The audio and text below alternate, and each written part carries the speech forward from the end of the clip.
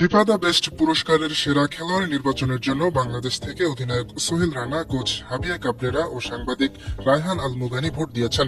তবে এই তিনজনের মধ্যে কেউই এক নম্বরে রাখেননি রিয়াল মাদ্রিদের ব্রাজিলিয়ান তারকা ভিনিসিয়াস জুনিয়রকে।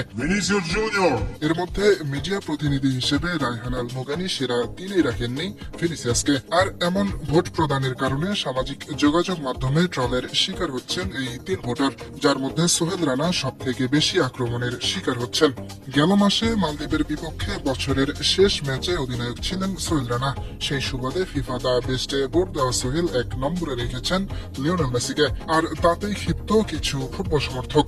অনেকে মনে করছেন খেলা বিবেচনা করে নয়, কেবল ভক্ত হিসেবে মেসিকে ভোট দিয়েছেন সোহেল। সামাজিক মাধ্যম ফেসবুকে সোহেলের ছবিতে নানা ধরনের মন্তব্য করছেন ফুটবল সমর্থকরা। উল্লেখ্য, ভোটাভুটিতে 2024 সালের ফিফা দ্য বেস্ট ফুটবলারের পুরস্কার জিতেছেন